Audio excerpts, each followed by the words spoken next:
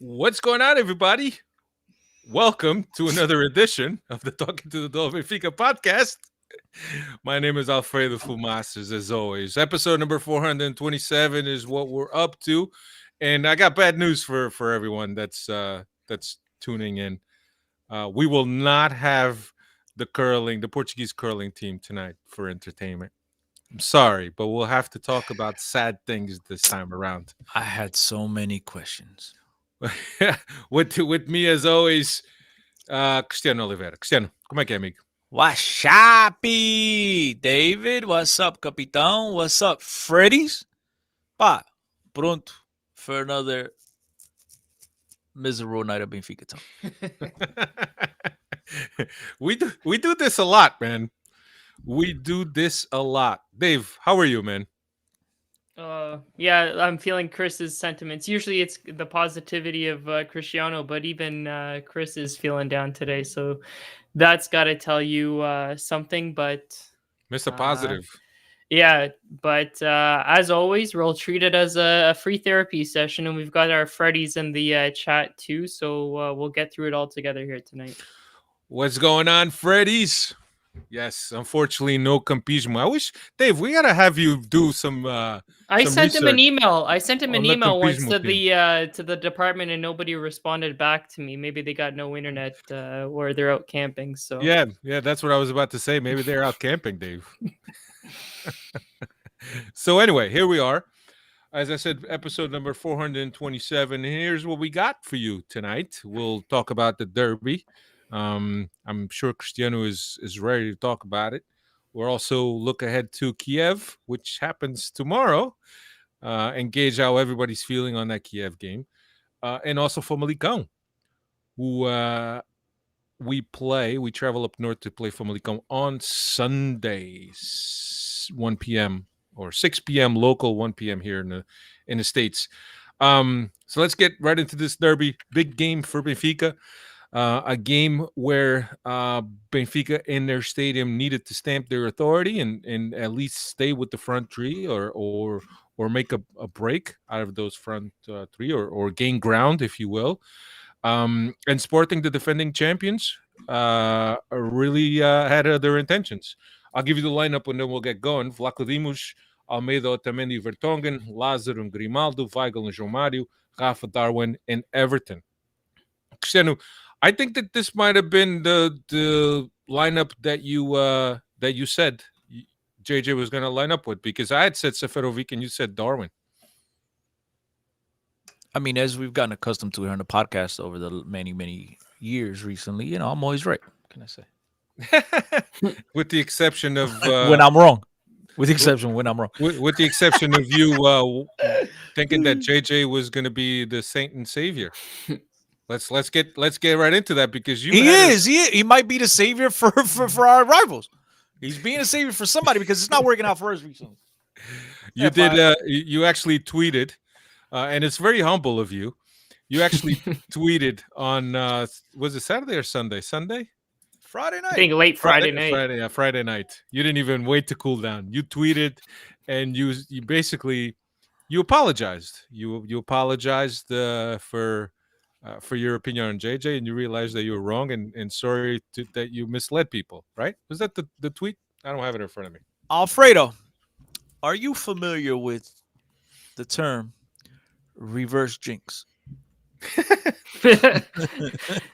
This is what we're reverting to now.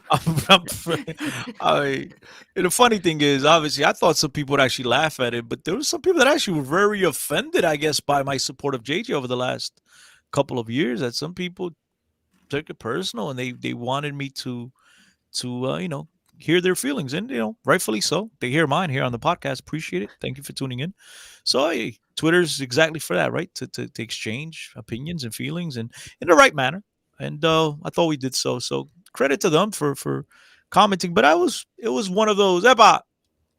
I apologize to any of you guys that I convinced over the years that this guy was a good coach. But the funny part is, if you look at that tweet, I never once mentioned JJ. I just said the coach. I didn't mention anybody.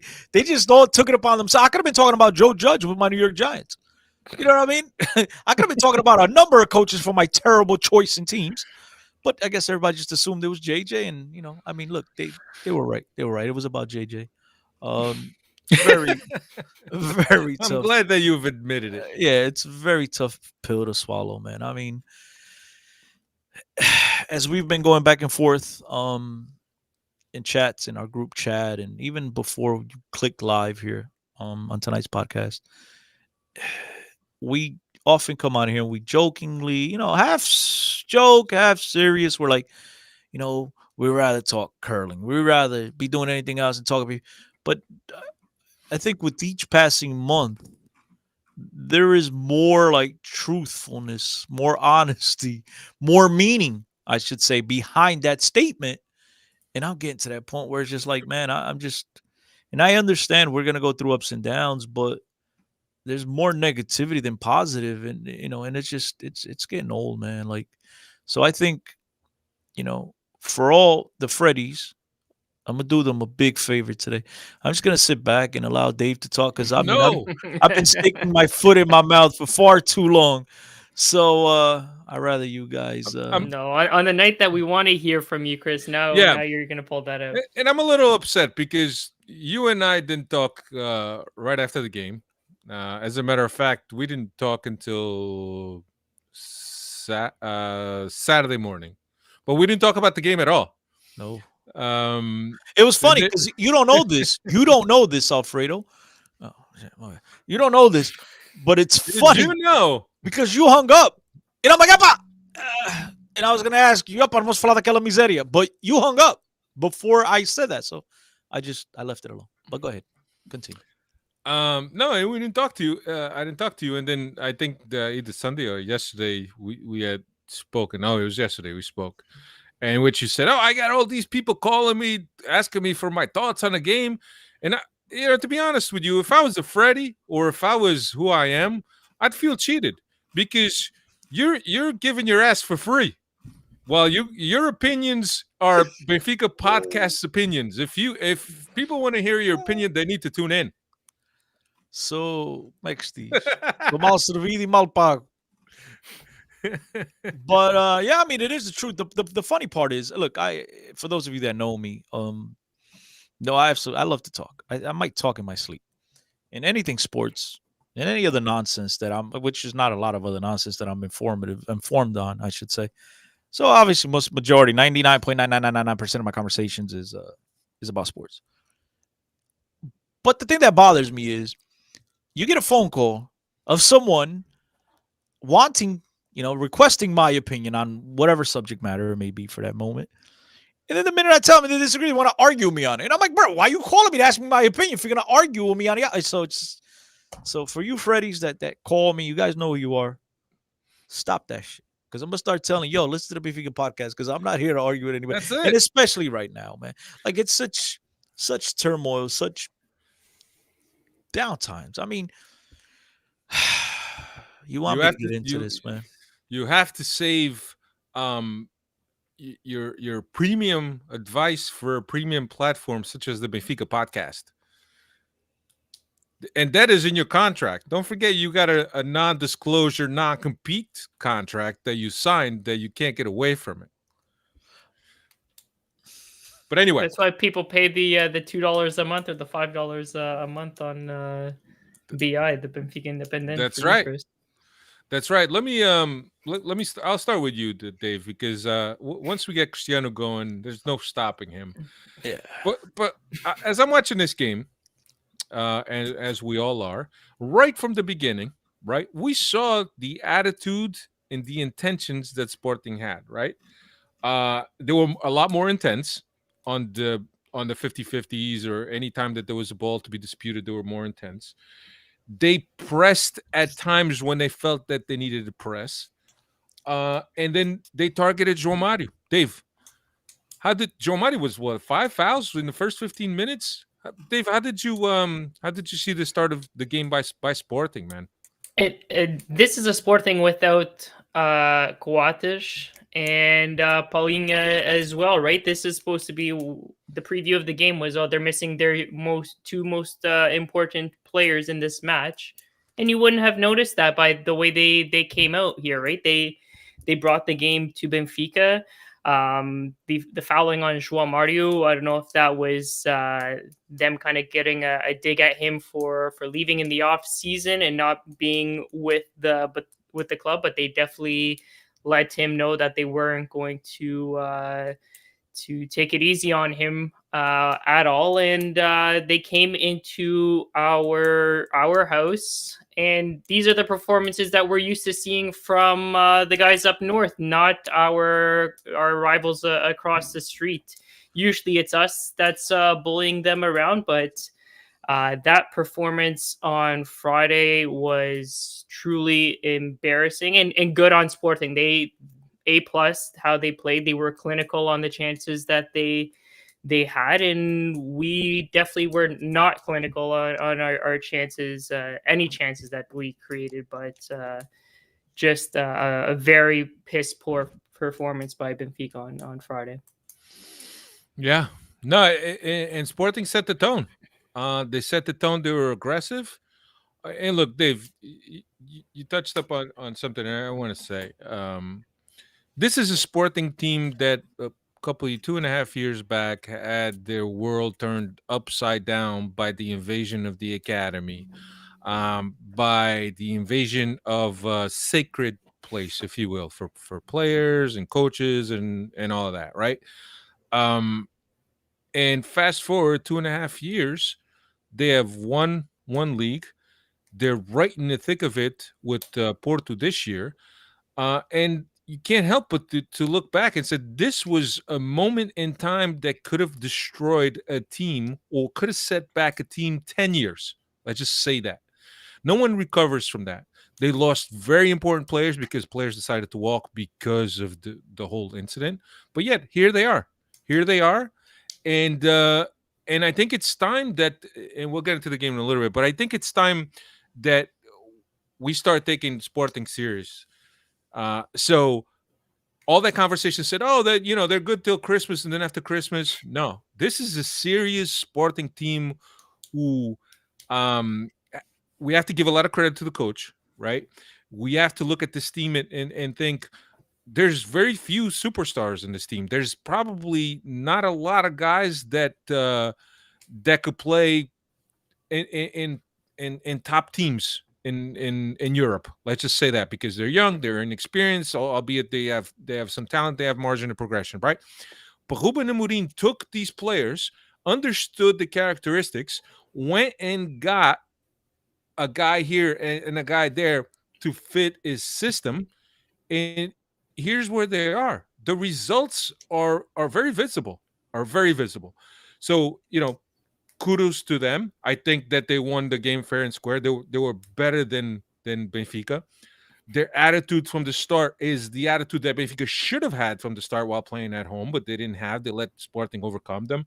And then in the 8th minute, Chris, we were already down 1-0. And it was reflective on how Sporting came to play.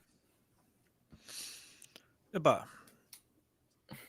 I don't quite see it the same way you do. Not that you're wrong. I just don't see it the same way you do. I think Sporting has been a perfect storm for them. You know what I mean? Like last season really helped them out. There was really no much pressure on them. I think Benfica and Porto tripped over their own legs. And look, that's not take credit away from them. They did what they had Chris, to do. They have pressure now. And what are they doing now?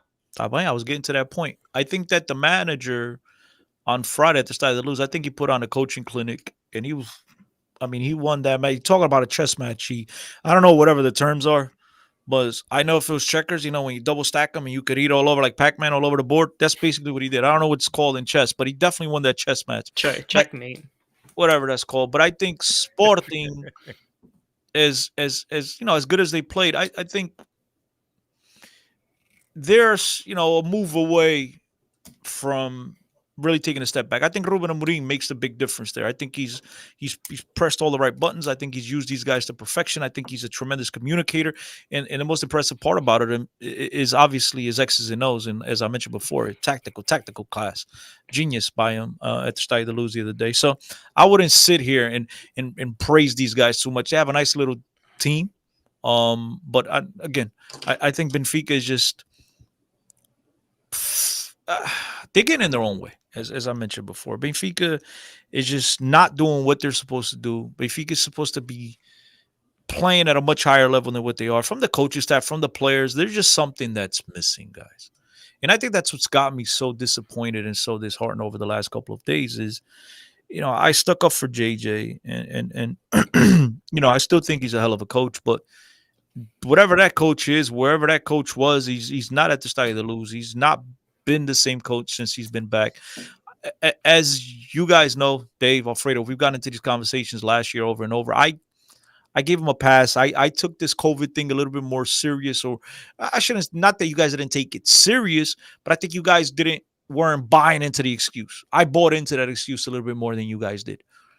But fast forward 6 months after that, and it's just like nothing's really changed, and it's disappointing. I think that there's a disconnect between coach and players.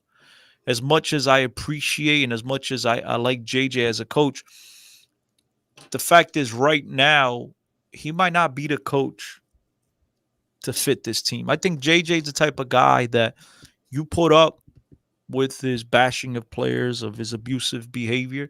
When you're winning, when you're getting results, you put up with that and you move on, you do what you have to do.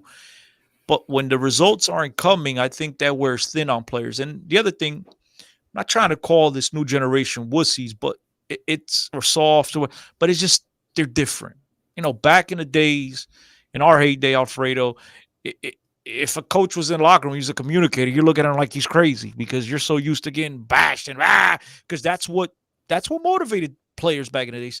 Today, you need, most importantly, believe it or not, more importantly so than X's and O's in today's football, you need a guy who's a communicator, a guy that's able to explain what is, the reasons behind whatever it is his choices are, whether you're playing or you're not playing. You need these massaging of egos in the locker room today. That's more important, or as important, if not more important, than X's and O's, because players need to buy into that. And I think Mourinho's done a tremendous job, and all the other coaches, because you see a guy like JJ. I don't think he lost it. I mean, the guy knows. I mean, the guy's been successful. You say what you want as Sporting. Yeah, he didn't win the title, but there's the most success they had in the history of their club. As far as goals scored, goals against, points, though, they didn't win the title. Took a hell of a run by Benfica in the second half, and Rui Vitória and his men. But still, they set all types of records for the club and yada, yada, yada. Then he goes to Brazil. Then you compare him, not compare, but then you add a coach like Jose Mourinho. A guy who's won at every level that the guy's been on, at every club and whatever. But now it seems like football's passed him by. Do you think the guy forgot X's and O's? No, that guy knows more X's and O's than you and I will ever freaking learn. You know what I'm saying? He's forgot more X's and O's than the three of us combined will ever learn. But the thing is, he's not the greatest communicator. And it seems like the players get tired of it. And again, when you're winning, you put up with that. And when you're not winning, it's important to be able to speak to these players, to have an open door policy. Knowing that you could go to your coach at any time is important. Having a kid like a Gonçalo Ramos understand why I'm not playing every single week, right? And having a coach explain to you, look, you're young and we got 5 other options ahead of you, bro. Your day's going to come. I have confidence. That motivates a guy. That keeps a guy motivated as opposed to turning my back on you, pa. Falo contigo quando eu tiver tempo. And that trickles down to other players. You've seen it in games. You've seen Gilberto, calma, porra, scream. You've seen Verissimo get back at him. You see these guys starting to fight a coach more. Where back in the days you didn't see that. So it's a different beast. And I understand not getting rid of them today right away because you have a very important game on Wednesday. But at the same time, as I told you, Alfredo, off air, Benfica's only 4 points behind Porto and Sporting. They're both tied for first place in Portugal. It's not a ridiculous number that they're behind that they can't overturn, right? Benfica could very well have a tremendous second half and overturn this. Look, they play Porto in 2 weeks. They could be a point back, whatever, from Porto, and all of a sudden season looks different. They can still turn around and win this campeonato. But that being said, if Benfica wins the campeonato, I still don't think he's coming back next year. So for that reason alone, we cut ties. Well, his contract is over. Exactly. He's not coming back. And even if, look, Benfica's not going to renew. I honestly don't think Benfica's going to bring him back next year. I think that this... Even if he wins the league. Even if he wins the league. I think this Flamengo thing is serious. I think the money's going to be crazy. I think Benfica's going to turn around and say, look, man, we could both walk out of here squeaky clean. You go your way. We go our way. It's not working. and it was on Friday, watching the way the two teams were playing. Sporting, they played as a block. They played as one. Paulinho did a tremendous job of applying enough pressure with your center backs and basically taking Weigl out of the game. Benfica had no passing lanes. When they had guys pressing, those other guys already in behind them covering. You seen the tactical. You seen the game plan of where Benfica played in the same exact formation, and every time we'd apply pressure, but there was tremendous amount of space in between the line of the midfield line, whatever sectors, whatever you want to call it. It was like Sporting did a tremendous job of pressing as one, as a block, always having one move having to do with the other. It's like chess. Where Benfica, it was just like, yo, you press, we sit back here. It's just disjointed. And so I don't want to call JJ a domo because he's not. It's just the team's not buying into his philosophy. And so if you think that you still have a tremendous team, you have an opportunity to turn around and still salvage the season and go for the look. You're still in the Champions League, right? You still was it right now. Taça Portugal still ought to play for it. If you really think that there is a disconnect between player and manager, Rui Costa has to look. That's what he gets paid for. He has to make that decision. He has to rectify that before it's out of hand. I don't believe in that thought process, Dave, of, well, we're going to give him until the end of the month. Let him play Porto. Why? By then you could be out of the Taça. By then you could be 7 points behind. Why? If you believe that there is a problem between manager and player, and again, I don't know that for sure. Okay? I'm speculating here. But these guys on the inside, they know what's going on. If there is a problem between manager and players, why wait until everything collapses in on you? Why not start pulling up the guard already and holding up the walls? Why not start pushing it back? Bring in the right people. As opposed to, we'll wait. We're going to give him until the end of the month. So we're going to give him an opportunity to F everything up. Is that what you're saying? If you really believe, if that's what it takes, right? If that's really your thought process, we're going to wait to see what happens, which means then you got no confidence in him, because if he fails, you're going to let him go. So why even give him the opportunity to do that? Because if you had any confidence that he could do the job, you'd say, no, this is the manager. So at the end of the year, this is my manager. Get what I'm saying, Alfredo? Oh, I understand. I've been talking for way too much. No, man. but I understand. I understand. I think what bugs me is also the lack of communication by Benfica, right? And it seems to us that, or it seems to me at least, that the only person that we hear from Benfica is Jorge Jesus, and the master communicator that he is, right? I wish there was somebody in the structure, and it doesn't have to be Rui Costa, because I understand he's the president now, and that those are not jobs for him. But I wish there was somebody in the structure that could speak out to fans. And even if it's JJ, even if it's Rui Costa that says he's our coach, he's going to finish out the year, and but you know what happens? You know what happens when that happens? You say you sack him the following week. No, that dreaded vote of confidence, right? You start saying, they're giving a vote of confidence. Oh, he's gone. So, I don't agree, and it's touchy here, because I know that many guys, the many Freddies, many guys and gals, and people listening, Benfica's around the world, and they're not wrong when they say this, but look, I don't, when they say they should hear from the club, I don't agree with it. But look, we're sausage with payment. I get that. But I don't think every time there's a misstep, a bad result, somebody from the club has to come out and get faced. No, bro. I mean, look, let them handle it, but you have to handle it. I don't need Rui Costa every time. Yo, we fucked up. Yeah, we dropped 2 points. No shit, sure. Thank you. I wasn't aware of that. And then we go to another game. Yo, we lost today. Thank you. If you're gonna talk, it's to make changes. It's not to give me this. Well, we need to rectify, with this last speech, right? Oh, the club, we're gonna attack the transfer market differently. Blah, blah, blah. Bro, I don't want to hear it. Get it done. I'd rather have someone that barely comes out and talks, but gets things done, than have someone every week telling me what I want to hear.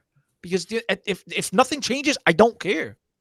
So I disagree with that, Alfredo. Where somebody should we leave the communication up to JJ? But he is your manager. He is the face of your team. So what do you want, Verissimo? It is what it is. Who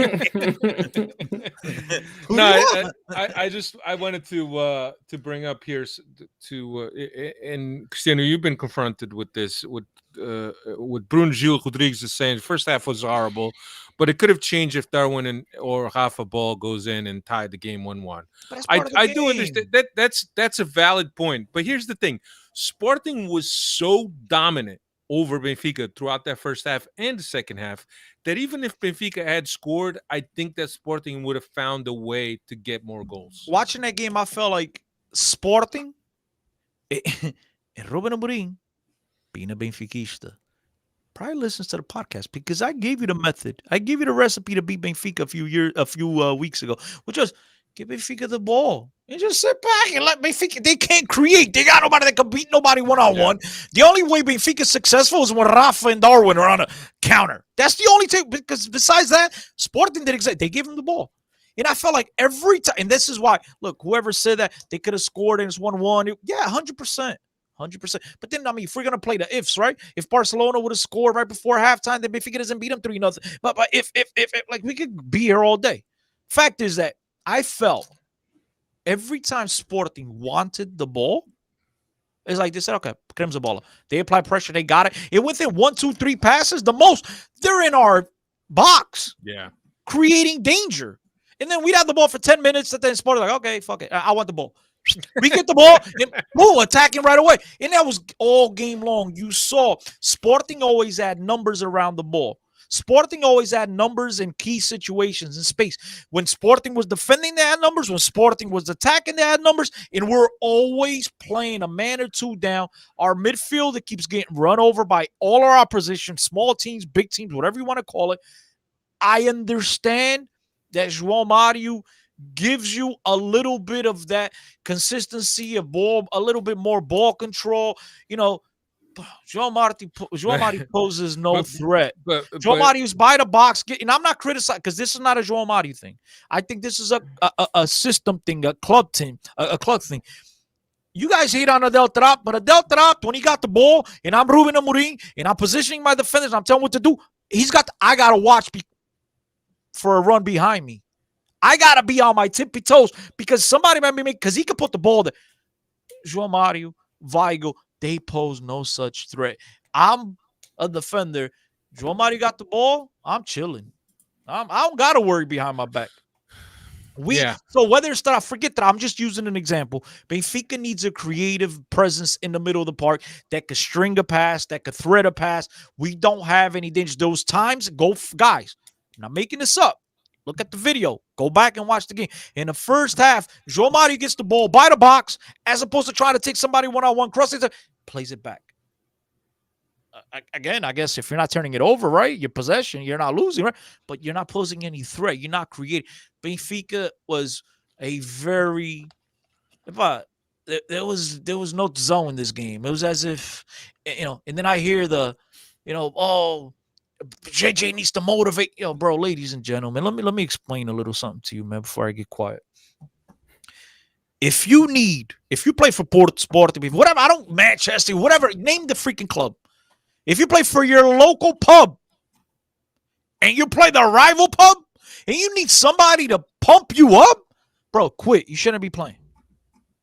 If any Sporting player needs Ruben Amorim to pump them up to play against Benfica, quit. You shouldn't be playing. Just like Benfica. Bro, these guys should be motivating themselves to play in these games. These are the games that everyone dreams about playing in. That was it. Yeah. What I wanted to say is that, and Chris, yeah, okay.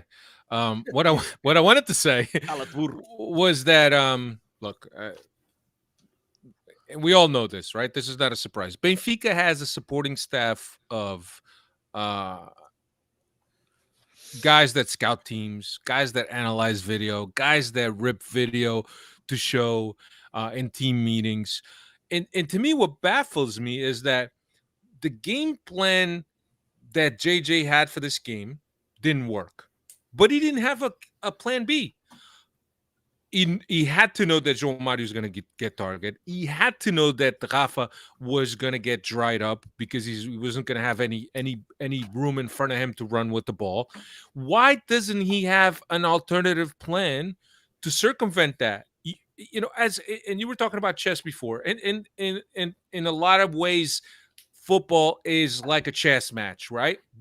Between coaches, where they have to move pieces, where they have to see where the other team is being more dangerous, and you kind of have to make adjustments to safeguard or to be more dangerous or to be more defensive, depending on what you're doing, right?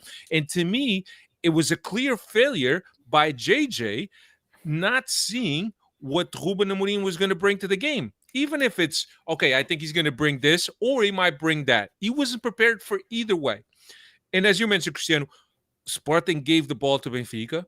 I think, as a matter of fact, both halves ended at the same percentage, the same possession percentage, which was like 60 against 35 or 65 against 35, whatever it was. Sporting was content just backing down as a block when they needed to, so they wouldn't give room behind their center backs for Darwin or for Rafa. And then when they needed, they pressed. They pressed because they knew that Benfica couldn't come out of the back with the ball in control. So Benfica would have to hoof the ball. To me, it's just again and again this year we've seen things happen, and JJ is helpless in making a move that's going to change things, or making a move to adapt to what he's seeing. And it's just like I don't. It's mind boggling that a guy of his experience, with the coaching staff that he has behind him, I'm sure he has a guy all the way up top where they release Vitoria, looking at how the players are lining up and sending that information down to João Deus, and it's either not being digested, it's either not being believed, but the guy constantly fails at adapting or making moves to make the team better. And this isn't all on him. I think that there's a lot to be said about a team that hosts their rival and can't match the rival's intensity. To me, that's where Benfica lost this game, when they couldn't match Sporting's intensity. Because if Benfica had been as intense as Sporting was, then perhaps this game doesn't turn out to be the way it did, or at least it wouldn't have been as big as a margin as it was. Well, Alfredo, that ties into my point about the motivation. That's Right. Benfica throughout the whole game, we never won the the secondary balls on a 50-50. It was always Sporting got to those balls first. It just, I don't know, man. There's something that's not right at the club, and I can't point my finger at it. All I know is that, look, we could get rid of JJ, but we're now on 3 coaches. That seems that, I don't know, there's something that the club starts off well and then they falter. Somewhere down the line is as if they're not interested. I don't know. But it's not a good sign. And so, as much as we want to rip JJ, and look, I'm on that wagon where I've been defending him for a while. Now I'm just tired of defending him. And so, I'll just say that if you're really not bringing a guy back, why are you even having him there? You know what I'm saying? Why not try to fix it? Why not try to get someone that fits your project, someone that fits your game plan, someone that fits your ideas? The other thing that gets me upset about JJ is the whole Seychelles for it. Now, again, I'm not one of these guys, and you guys know that. I'm not one of these guys. Oh, Seychelles, they're first place now. Oh, they promote the whole team. No, I'm not. I'm not one of those guys. But the fact is that our whole youth system, everybody plays in a 4-3-3 formation, and you see it, and Dave, put it in hockey terms, right? Your Toronto Maple Leafs. I'm pretty sure their farm system plays the same exact system that they play up in the big leagues, right?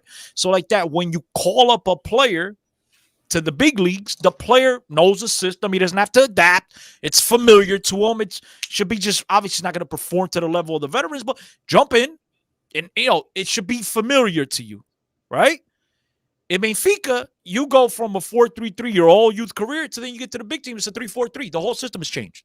So now when you're calling up a kid from Benfica's B team, from the U19 team, it's going to take time for that kid to adapt because he's not familiar in that system. I think they need to coordinate. I think they need to be on the same page.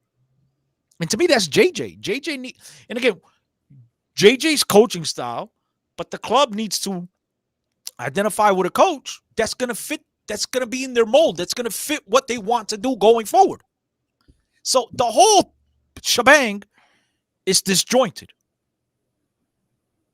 Get what I'm saying? Yeah. With your 4-3-3 formation there, Chris, especially Well, we can utilize this time now with a Verisumu out with due to injury. I don't know why he's still resorting to this three yeah. four three formation and plugging in guys like Almeida in the center back position. If you're not going to use Moratu, then revert to that 4-3-3. Get that extra midfielder in there, that whether it's a Pizzi or Yeah. a Tarapt or even a guy like Jetson too, right?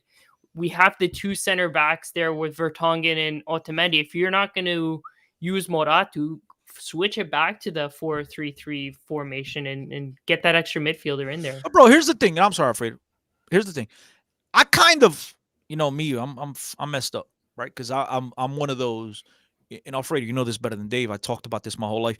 You can't fit a square peg into a round hole or a round hole into a square peg, whatever the hell you want to call it, right? Whatever. So I believe you put players where they're best suited to perform, where they're most comfortable, right?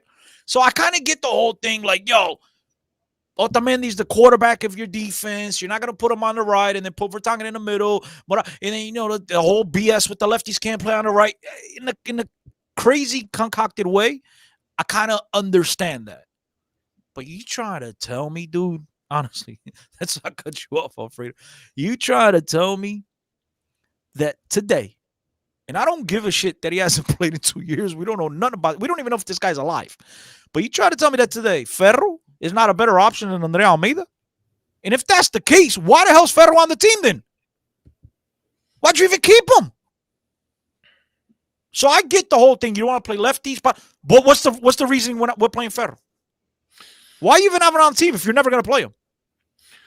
And look, while I understood the change to the 3-4-3 or whatever, however you want to call it, certainly when you got guys like Verissimo Vertonghen and Otamendi, it's hard to think you're going to leave one of those guys on the bench, whether it's every other week or not. So I understood going to that setup. But now that you lost Verissimo, and this is something that we said here 3 weeks ago when Verissimo went down, or 2 weeks ago, whatever it was, let's take this opportunity to go to the 4-4-3 or 4-4-2, whatever. You know what I mean? But I agree with you. And look, you can make an argument that Murato is a left footer and JJ likes to deploy Murato on the left side of the defense. You can make that argument, right? And he's not wrong. But you're right.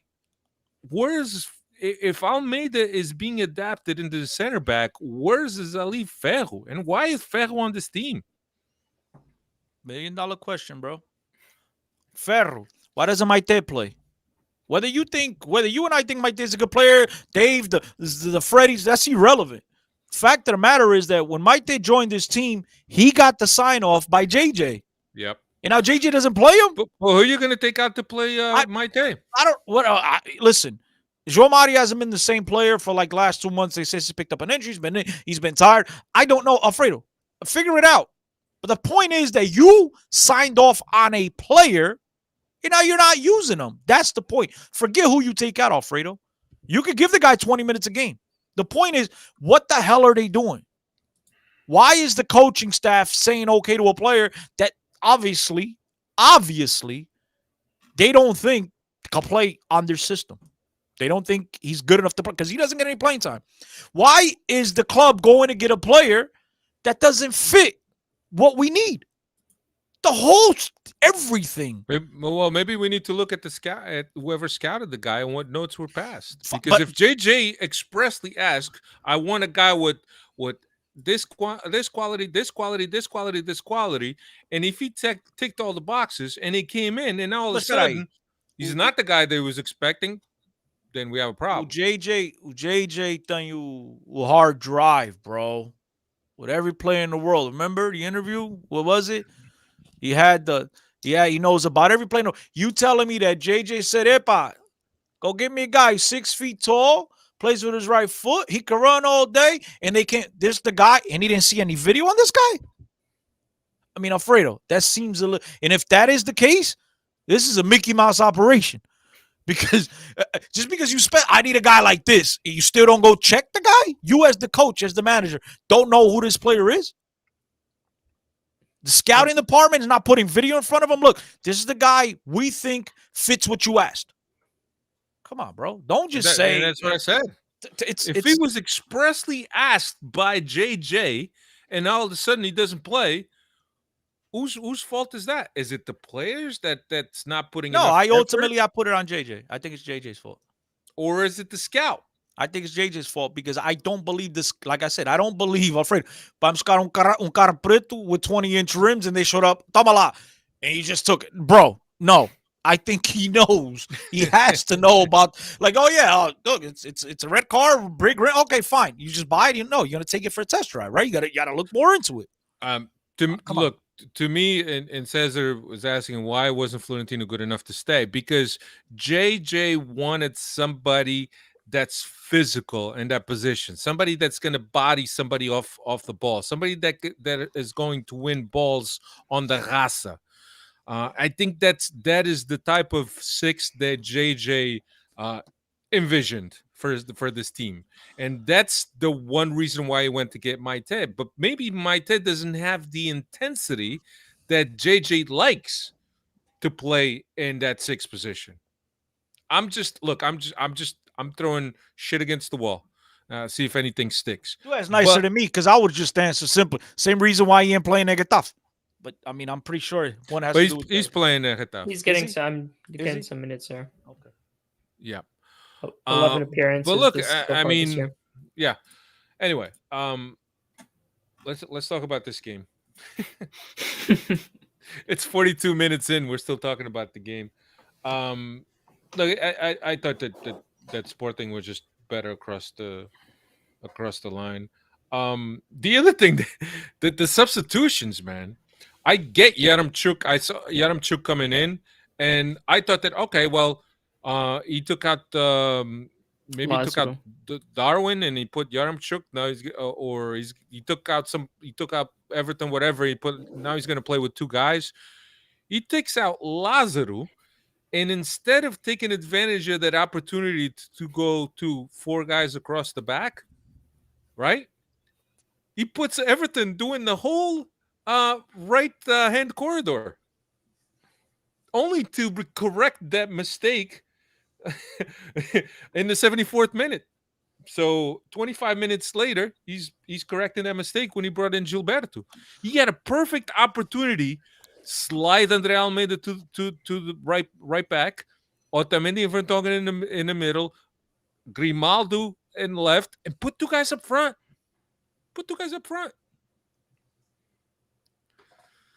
But who am I? Listen, Sporting started out the game very aggressive. It's as if they wanted to send a message. On the very first foul of the game, I think it was the first foul of the game by Fidel. He got a yellow. Paulinho comes in hooting and hollering. He gets a yellow. I think, look, I think Sporting were throughout the 90 minutes. Sporting was the better team, hands down. But I thought Sporting got very lucky. 1-0 towards the end of the first half. Paulinho clearly fouls Grimaldo from behind. Never touched ball, nothing like that. Referee lets that play on. Sporting comes on a counter or whatever, but he calls that foul. It's a second yellow. I thought they were, for a team that's always crying and a fan base that's always crying. I had my Sportingista fans calling me all week as soon as they found out Artur Suarez Diaz was the referee that, oh, this guy loves giving us credit cards. Oh, credit cards, Jesus Christ. Yellow cards. And then my boy John, the minute that, like I mentioned, that Fedal and then Paulinho, that first foul, he calls me right away. I told you. So then I called him and I said, what about now? I mean, but again, it happens. So I just wanted to mention for those crybabies that say that they're always getting treated unfairly, that I thought, and again, look, they were still the better team, but maybe that had no effect on the game. But I just wanted to mention they got very lucky on that one play. But besides that, I think Sporting had more intent. I think Sporting did a better job applying pressure when they needed to. I thought they did a better job as a team of moving up. And, as one, defending as one, attacking as one. They had Benfica always second-guessing. They never had answers for these guys. And look, they were missing two of their three best players, obviously Coates and and Palhinha. And I think Benfica and Jorge Jesus took that lightly. I thought they figured without those two guys that Sporting was just going to come into the lose and pack things in and, not really try to come out of the back. And I think Sporting surprised JJ, and JJ really didn't have any answers for that. At the halftime, he just could not adapt. As you mentioned before, brings out Lazaro, who didn't, estaba apagado, and then he puts in Everton. And I'll never understand this. People want to sit here, and not to defend Everton, but people want to sit here and criticize Everton for playing poorly. But, like, dude, I know Benfica. Again, let's go back. You want to blame it on the scouting? Let's blame it on the scouting. I know Benfica bought Everton for $23 million. They didn't say, man, we're going to buy this guy because he's a hell of a freaking defender. That guy could do the whole flank. I know for a fact that couldn't have been the thought process. So why are you putting a guy in an unfamiliar position and then expecting a guy to perform at that level? I don't comprehend. Yeah, me either. That baffled me. That really baffled me. But it's not the first time that I remember. I No, mentioned it's to you not. when we played in the Taça, when we tied Sporting, was it 3-3 or whatever the hell it was? He played same thing, right? And I'm like, what the hell is? How do you ask a guy that's never in his life had any defensive responsibilities? Never. And I get it. I get it, because I've had somebody tell, well, Chris, European football, everybody has a responsibility. Yes, everybody has a responsibility, but, like, there's a limit to it. They're not tracking back to the flag, to the corner flag. Bro, they get to a certain area, and then the defense, everybody else takes over. But, bro, come on, to ask a guy that's never done that to do it in such a big game, and all of a sudden you're wondering why the guy is not taking, bro, his confidence ought to be shot. This is a good question here by Mark Mello. Do you think JJ is 100% committed to Benfica? I'm not sure that he is. Look, I guarantee you this. I think JJ is 100% committed to JJ. That I could guarantee you. As far as Benfica, I just don't understand. We've seen it. Guys, if you recall last season, how many times I came out and hollered and screamed that Benfica is like in a do or die situation, a pressure cook situation, and he's sitting on the sidelines like, that's not the JJ I know. The hell, did he leave his passion in South America? Wow, well, guys, taking blood pressure high, man. You have to. The doctors probably told him you gotta take it easy. Cara tá pensando, vou tomar uma caipirinha lá no Rio, cara. Caipirinha. Lá no Rio, ela gosta de mim pra caralho. Yo, they were singing Não his vou name the brincar other aqui. day. Não vou brincar Mister. aqui, não.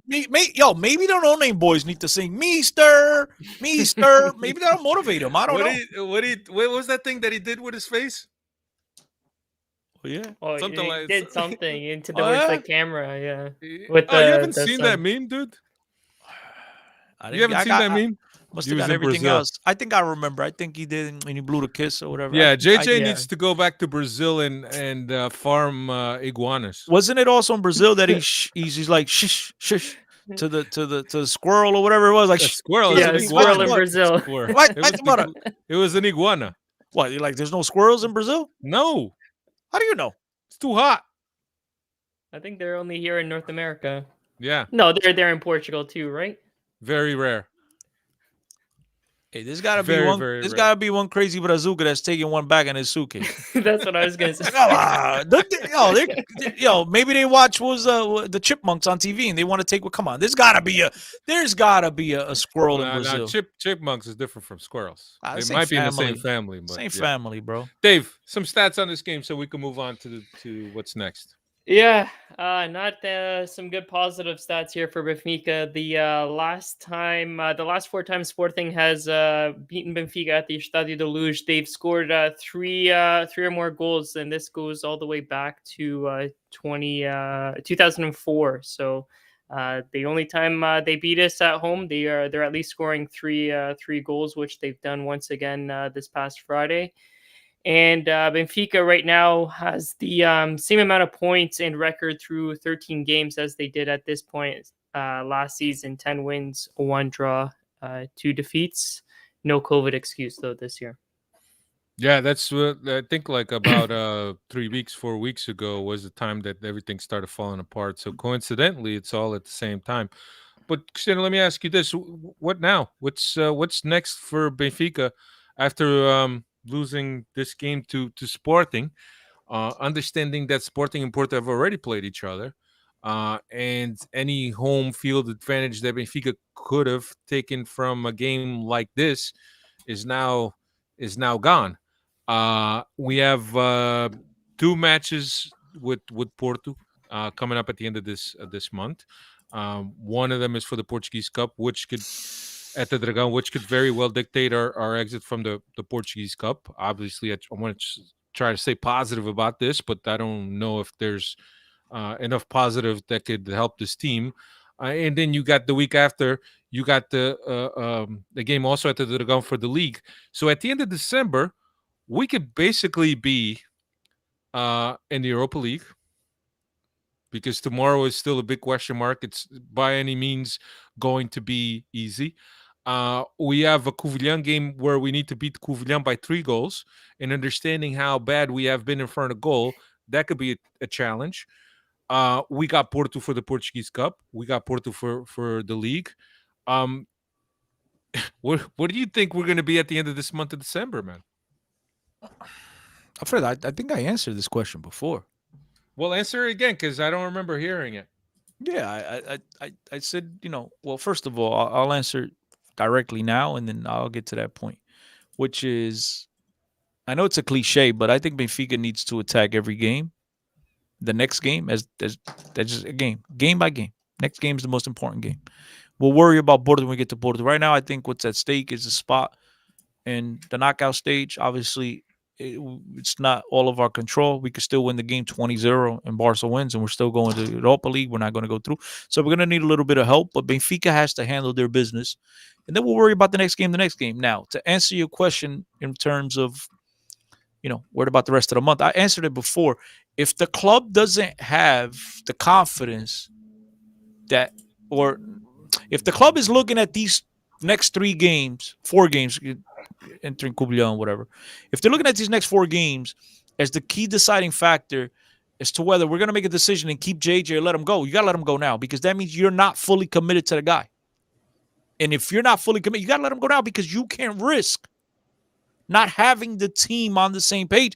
And you can risk being out of the Taça Portugal. You can risk being 7 points back in the Portuguese league. So I answered that before. Benfica, I don't know. I'm not there. Rui Costa has to make that decision. Either you're gonna ride or die.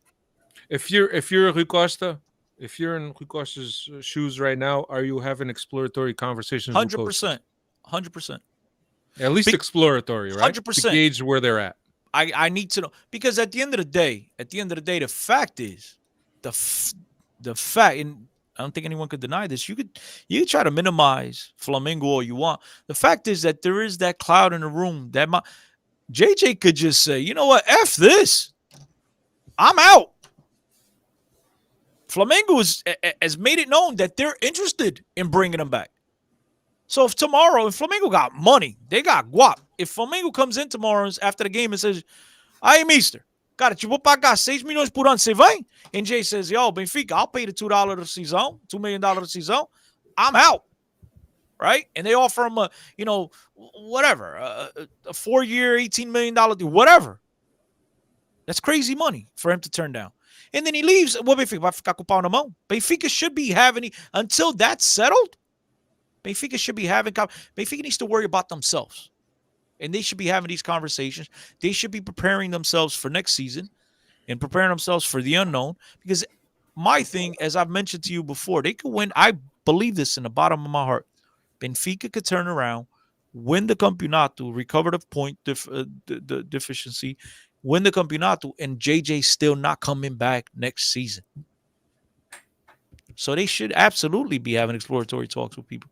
And I don't want to hear about Peppa and nothing like that. I want to. If you're gonna give me a coach, Who are your top 3 names? The guy to go after is Marcelo Gallardo. I think he's a really good young coach. Young, whatever, He's had success in South America. He had a very good career in European football. So it's not like a guy that's played his whole career in South America. He's not aware of what's going on in Europe. He knows what it takes to win in Europe. And the biggest reason why I do that is because I look at a guy like Marcelo Gallardo, and I'm hoping and praying that by him joining Benfica, that he's getting Di Maria, Otamendi, Paulo Aimar, Saviola, Enzo Perez, these guys, and I don't mean those guys particularly, but those guys at 19 years old, before they became Otamendi, before they became Di Maria, I'm hoping we get those guys. But And it's gonna, because we got away from that. We've listen, gotten away from that. we had an interesting conversation, you and I, where we were talking about Benfica's strategy in terms of going and grab players, right? And the strategy was, and I think you used both your name and my name. Do they go get an Alfredo who's 28 years old that's established, or do they go get a young Cristiano 19 years old? And I think that we both reached the conclusion that they were going to go get the 19-year-old, the improving 19-year-old, albeit talented, because that's the guy that they can make the most money out of. Well, what I was saying is, if and I asked you, and so for you guys listening, I asked Alfredo, if you had to identify a sector that you'd want to reinforce. So I said, I don't care, Alfredo. You want to go forward, midfielder, deep, whatever, pick out. So we went with forward, right? Just for the sake of my little example. So you think we need a striker, and we identify we absolutely need a striker. Because this team needs goals. We need somebody to create up top. And so, fine, we go get a striker. And we scouts, as you mentioned before. Scouts come back. JJ says, I need this type of striker. Scouts come back with Alfredo Famasas, 29 years old. The guy walks into the starting 11 today. He's going to help us today. He's going to help us immediately on the standings, on the score sheet. And then we got this other kid, 22 years old, Cristiano Oliveira. He's not as polished as Alfredo. He's got a lot of talent, but I think, we signed Cristiano. In 2 years, 3 years, if he hits his stride, we could sell the guy for triple, quadruple, 40, 50, 80, $100 million. Who do you think the club's signing? They're not signing the 29-year-old guy that's going to give you guarantees today. They're going to sign the 22-year-old that we might or we might not sell in a few years. And that's broken. That way of signing is broken. You need to identify what the problems is. You need to attack the market, and you need to bring in those guys to help you strengthen today, not for 2-3 years down the line. You need today. So Gallardo, who else are you looking at in the short list? Short list is I don't know. It's somebody I'm not really crazy about, but Jardim. He's Portuguese. If you want to stick with the whole Portuguese thing, is he a possibility? I know he's had success. He just won the Champions League over there in Asia. I guess if you want to go Portuguese, I mean, if I go Portuguese, if any of the guys that's available, I'd go after Paulo Fonseca, but I don't think he's coming. I know Benfica had conversations, and you and I were in the same dinner when I was told this, Alfredo. Benfica had conversations with him, and the minute he mentioned how much it would take just the first coaching staff, not even including him, Benfica didn't even return his call. Forget it. It was over. So, now I think he's in line for a much bigger job. There's rumors he might take over Newcastle, and Newcastle's the richest team in the world. So I'm looking at Benfica, looking at that. I'm going to that all day, every day. But that's the guy I would sign. I like his philosophy. I like his style. But, I mean, to be really honest with you, Alfredo, I've been stuck on Marcelo Gallardo. That's been my number one. I haven't even looked at anyone else. Haven't even taken the time to consider anyone else. That's the guy I would go get. I don't want to hear about a Bell. Come on, dude. I know you want to do this, I think Abel is never gonna amount to more than a guy that is able to coach a Guimarães and a Braga of this life, because he's a motivator. I think that he's short when it comes to tactical genius, if you will. Look, I'm not discrediting the wonderful job he's done. But I just don't think he's a big team. Oh, you watch his teams play. You watch his teams play. I mean, I think you ask him seriously, right off the mic. He doesn't even tell how you won those games. It's effort and motivation. It's effort and motivation. That's what you want. No, that's not what I want. I'm not saying you. I don't mean you, Alfred. I'm saying you as that's what you want at Benfica. Come on, dude. That's not. I mean, for me is Fonseca, obviously Jardim and Paiva.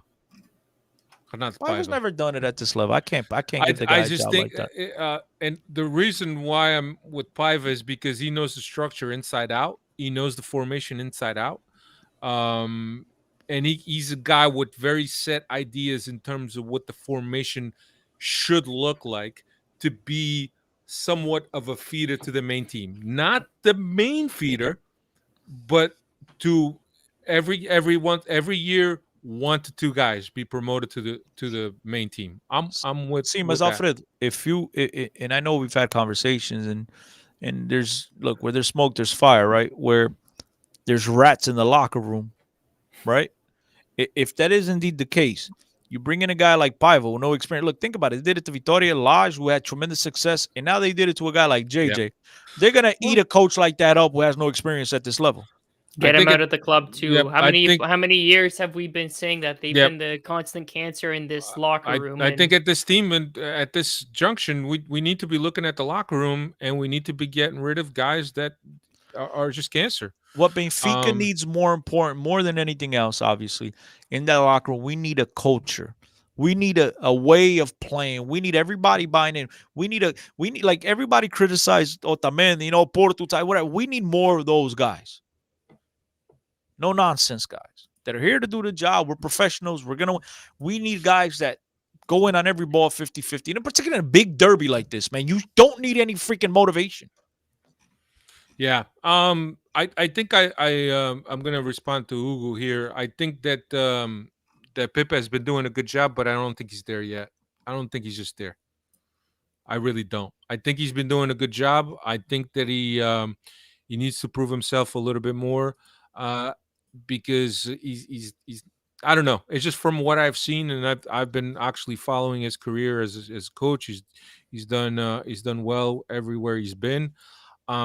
I just don't know if he's the guy for the job at Benfica. I would like a high profile guy um, that's been around, and I know that Paiva falls out of that, and maybe Paiva is probably my number three. But Leonardo Jardim, I know that there was talks at some point about Leonardo Jardim. He said he wasn't ready to come back to Portugal. Fonseca, as Cristiano mentioned, he might be on a slot to take over Newcastle. So those would be the three guys that would be my option. Now, Look, we need someone that's had success. We need someone that knows how to straighten out a locker room, that knows how to implement a system. And as much as I hate to say it, we need someone that knows how to adapt young players. I don't believe in this whole adapt up, bring up the whole B team, but we need someone to be able to use those guys to develop the Gonzalo Ramos. If he is ever going to hit his stride, we need to develop these guys. We need to get these guys some opportunity. The Paulo Bernardo is coming up next year. We need to get someone that knows how to motivate these kids, get them on the right line. We need a tremendous communicator, but at the most important, we need someone that's had success. Forget this rolling. I know, ladies and gentlemen, it's happened with Ruben Amorim. I understand, but that's 1 in 100 or a yeah, million or whatever you want to call it. yeah, So not that, and again, not knocking Pep. I just don't think he's got the experience yet. He's been good with the smaller sides. He's had some success in the Portuguese league, but he hasn't really had that sustained success. In order to take a Benfica job, you should need more than, oh, I played at Benfica 20 years ago or 30 years ago. I think we need to have a resume that gives us Benfiquistas assurances and confidence that you can get the job done. You need to look coaching at Vitória Guimarães, which is the biggest club he's ever coached, is a totally different beast than coaching at Benfica. Benfica is the pressure, yeah, the highlight. It's totally look, he's played there, but as a player, and for those of you in North America that are listening to this, and you're not that familiar with the way things are in Portugal, in the Portuguese, it's nowhere like here. You've seen the MLS and MLB, NHL, the players have to talk and they come out. Bro, if you're a player for Benfica, you've never seen a camera in front of your face. Never. It's been on the sides, right? Nobody. You never had answers. So I know he played at Benfica. He should be accustomed to all that attention, but it's not the same. So Chico, is that his clause 30 million that Amorim has at Sporting? I'm pretty sure He I've might heard have somebody that else bring that clause, up. but he may also have the no and rival clause. our friend Hugo, his dad said, "Epa, with all this money that Benfica spending, all these shit players, just go out and get Amorim and trigger Amorim's release clause." Yeah, but they got to have like an anti-rival Yeah, clause. but aren't for those sure. illegal? Aren't those illegal? I think they went to Taz last year to court, and I think Yeah, those were I don't illegal. know. I don't know. Anyway, turning our attention to Dinamo Kiev, another important game for Benfica that happens this Wednesday or tomorrow as we record this. Match day 6. Dave, with where are we at with Well, this setting game? setting the stage here for Benfica to qualify for the knockout rounds of the Champions League. Benfica must win tomorrow against Dinamo Kiev and have Bayern not lose to Barcelona. Match will be in Bayern Munich behind closed doors, no fans due to new COVID restrictions in Germany. But I believe the quote going around the world today was Bayern's coach coming out and saying, "Don't worry, we'll be fielding our strongest lineup." I'll wait to see how that plays out. I'm not going to hold too much hope on that, but like I said here before the podcast got rolling here, I'm not having the highest hopes of tomorrow's match. Just Dinamo coming into this match, they're currently tied with Shakhtar for first in the Ukrainian league with 44 points. And their record since our initial meeting back in September, 9 wins, 1 draw, 6 losses. Before we move on, I'm gonna start calling Dave Nene on our podcast because Nene Well, would play a never full 30. 90 minutes. The guy came out squeaky clean, and Dave always comes out of these podcasts squeaky clean. I'm always putting my neck on the chopping block, and yet we don't put Dave in the guillotine, whatever it's called. Dave's nowhere near that. Dave, what is your opinion, real quick? Bring back Jade. Well, bring back. Obviously, he's there. Continue with Jade to the end of the year. Start looking at Alfredo. We gotta come on. Put some pressure on the lad. No, if he's already dead man walking, so if that's the case, the only thing is by releasing him at this stage while we're only 4 points, are you already sending the white flag out to the fan base that this is a lost season? That's my only concern, or that's the only thing that I don't know how that perception goes out to the fan base. It's easier to do it after the end of the month, right? Something that you don't want to see necessarily, Chris. You kind of want to get the ball going and getting that new guy in here, getting used to the team so he's ready for those big matches. But I think it's just a harder message to send to the supporters when you're 4 points out rather than 7 points out. I agree with you. But if you really believe that this guy is not the right guy for your system, for your team, whatever, don't wait until the house comes crashing in. Just the roof comes crashing in. Just I think, and again, that's only they can make that decision. So, but I good. That's if a good they point. had, if they had, remember we used to use the Brunelage balls term over here. If they're that confident and that's what they're going by, then make that. But I don't see nobody in this front office with those size of cojones to make that call right now. I think he goes. I think he's going to Flamingo. No, he's definitely going. This week or like a month? No, he goes at well, the end of December. They're in their off season right now. So yeah, January starts their. I don't have my Brasileirão down dates on me, so excuse me. But no, he's definitely. There's no doubt in my mind that's where he ends up. Whether it's at the end of the Portuguese season or now in the winter transfer, it may very well be, because here's the thing: if the players feel that he could be gone with a poor December, the players are going to push. They're gonna make his bed. No, not these guys. Come on. No, have a little bit more respect for these guys. Come on. They're gonna make his bed. But anyway, the only guy that'll be busting his ass will be Adel Tarap. Otamendi. Tarap is the only dude that gave him a chance. Tarap will be Otamendi too. Of course, Otamendi doesn't matter. Me, you, coach, and he's gonna bust his ass. So, what do you call? Dave, did you have anything? Or are you good? No. Kiev? We're good here. So, Kiev really with nothing to lose. But here's the thing: do they want to avenge that tide that they should have won in their first game? I think it's a little bit removed. Wait, didn't the manager throw out some type of snarky remark yesterday?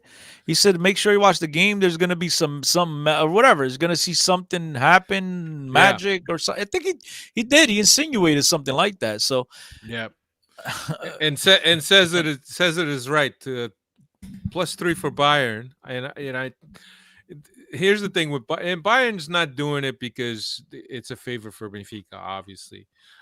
If I'm Bayern, I'm looking at it in two ways, right? For one, you have a chance to kill a team now off the knockout stages that you may or may not meet later, because Barcelona, albeit had a bad start, they're improving little by little with Xavi, right? So you have a chance to kill a team right now, so you don't have to face them later. You kill them. I The don't know other if they're thing, improving, Alfredo. They were 10 points behind Real Madrid when it took over. They're 16 now. So I think they're going They're closer backwards. to the bottom than I'm, they are the I'm just top. saying. I'm just stating that. yeah, So, but but I they, think that it'll eventually get there. the media has hyped it up as they're improving. But go ahead, continue, Alfredo. I'm sorry. The other thing that I'm looking at is this whole Messi winning the Ballon d'Or and Lewandowski That's pissed them off. And Mueller. being snubbed. I think it's a good opportunity because they feel that German football is being snubbed. It's not the Well, Mueller first time, said it. Mueller said it. right? And it's not the first time. If you remember, we had that thing with Ribery. At Ribery, that he had a magnificent year, and he ended up losing the golden ball for either Messi or Ronaldo. I don't know who it was. And then Modric won the Golden Ball while he was at Real Madrid. So I think that at this point, I think that Bayern wants to prove something. So I'm looking at it, those two factors, and obviously Mueller already said we're gonna go at it. We're gonna go at it. And the Nagelsmann has already manager said for us today. to be relaxed. But here's the thing: we don't need to worry about that. Let's worry about ourselves. That's Yeah. what we need to do. Nossa sorte with not our luck, but with the way things have gone, Bayern will spank them 8-0 again, and then we'll struggle with the We'll get a tie, 1-1 draw. 1-1 draw, and you won't get past it. But yeah, they're Kiev is locked in with Shakhtar on top of the Ukrainian Premier League, both with 44 points. Kiev plays on the weekend after the Benfica game. Kiev plays the 4th place team, and Shakhtar plays the 6th place team. So I don't know if Kiev is going to come into Lisbon and rest some players because they feel that with European competition gone. We maybe play they got- Couvillon. Do we rest players? No, we play Famalicão. Knowing that we need to score Oh, is it 3+ Famalicão? goals. Yeah. Oh, I thought it was Yeah. Couvillon. I'm That's coming up later on this month. totally Yeah. shut. Famalicão. Dave, All right. what's Famalicão up to? This season they're in currently in 14th position with 10 points from 2 wins, 4 draws, 7 defeats. They've conceded the second most goals this season with 24 goals conceded through 13 games. Only Santa Clara has conceded more with 26. Not in the best of form right now, coming off back-to-back league defeats against Portimonense, 3-0 defeat, and Gil Vicente this past weekend, a 4-0 defeat. Video was going around on social media there, Twitter. Fans were displeased after the 4-0 defeat against Gil Vicente, so a lot of pressure on their head coach. I thought he was going to get fired, but it looks like he's still there. And credit to them, Dave, for sitting there and taking it in. They sat there. You're gonna listen to us. Hey, it was old school. Yeah. Yeah, out of those 2 wins, none of them or both of them have come away from the stadium. Famalicão has yet to win a game at home, but Benfica also has the reputation of raising the dead because that's what we like to do. So does Famalicão still have that link up with Mendes and Valencia and all them lone players? I'm not sure. I haven't paid know, attention. man. They had I'm a not nice little sure. team. They had a nice little team a couple seasons ago, and they had those link ups. So, before COVID struck, but yeah. Benfica always makes one thing is for sure. Benfica always makes things interesting. They're Yeah. either with a macabazada or they struggle. So it's interesting either way. Yeah, Cristiano, I think that you saying that you like Gallardo probably answers this question by Chico Morcelino. What do you guys think about a non-Portuguese coach? Maybe thinking outside the box and trying to find the next big German coach or something like that. Or Gallardo, that's what I'd get. Or Argentina. I mean, the Germans, dude, I love a German coach. I mean, look, first of all, I don't give a where you're from. I like just a good coach. How about that? A good coach. Yeah, But- that's it. But the language barrier, man, that's the thing, you know? Portuguese and German, epa, os dois a Dude, falar para o outro vai but ser here's- complicated. He doesn't even know Portuguese. Look but at Wall listen- Schmidt. Wall Schmidt said, But Hello. listen to me, Cristiano. Hmm. Every player knows some sort of English. So the problem is not going to be the coach. not It JJ. is the coach if it's JJ. He only JJ speaks was- Portuguese and poorly. in even- Spanish. Or chencha. He Or speaks Spanish. Checheyocho. Chencha chocho. So. Yeah, Bruno, I'm with you, man. I don't think it's going to be easy, and I'm kind of leaning towards a tie. To be Bro, honest, things with are so bad in Benfica land that I'm wearing an MLS shirt. Yeah. Timo says we need to worry about Benfica winning first. I agree, man. Timo. But if we can't win, then what? Timo got to give the players some Jaeger before the match. Maybe they'll show a Alleviate little some bit of the more pressure. attitude. So I don't know, man. It's tough. Well, But look, we want Benfica in these games, right? yeah, Ultimately, I think if when the draw came out, we all understood that Barca wasn't exactly the strongest Barcelona of the last 15, 20 years or so. But I think we all would have signed up coming into the last match, whatever it's called, match day of group stage, with Barcelona going to Bayern Munich and Benfica needing a win at home against Kiev. We would have signed up for that. well, yeah, that's the spin. That's the JJ spin. We never thought we'd be fighting with Bayern and Barcelona to make it into the round of I mean, 16. but it's true, no? I mean, Yeah. look at last year. We didn't even make the competition. The year before that, we got eliminated right away. The year before that, it was the worst in the history of Portuguese clubs. So I think this is an improvement. Not Baby trying to steps. spin it, but but Dave, compared to the last time we were in the Champions League, this is an improvement. Yeah. Yeah. Look, it's but yeah, it's a to me it's a JJ always finds a way to spin it favorably. But yeah, he's not wrong when he says that for sure. But certainly, this is the worst Barcelona team that we've played or that has played in Europe for 20 years, Cristiano? Could we say that? 20 years? 15. 15? Okay. I think the last really putrid, terrible team they had might have been like 04 or 05. It was right before, like, Before the year Ronaldinho, Quaresma right? was there. Ronaldinho got there that first year. They weren't really, but then after that, they took off. Yeah. I mean, it was so bad. No, I'm not even gonna go there. But leave it alone. I'm not gonna crack on nobody. But the ugliest in history, plot twist, Portugal. Epa, foda-se.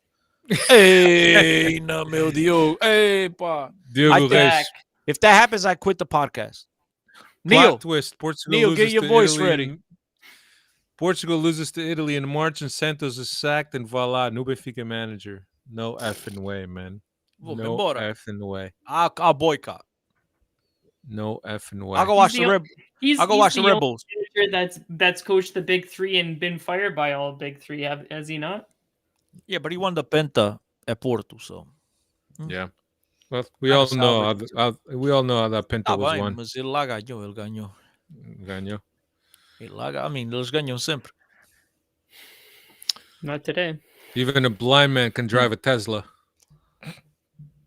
Cuidado if that battery don't blow up on you, though. Vamos ver. Anyway, Epa, these guys just like Thank- antagonizing us, Fernando Santos. Oh, Carlos. Oh, Diogo. Vai dar uma volta, pá. he said, Trapatoni available. Yeah. Carl- Abel Xavier. Carlos Not Abel saying Xavier, Abel Ferreira. Fernando Sanchez said he'd never return to Benfica. Rest easy. I hope so. Chico. Why was he even answering that question? Why would anybody even pose that question to him?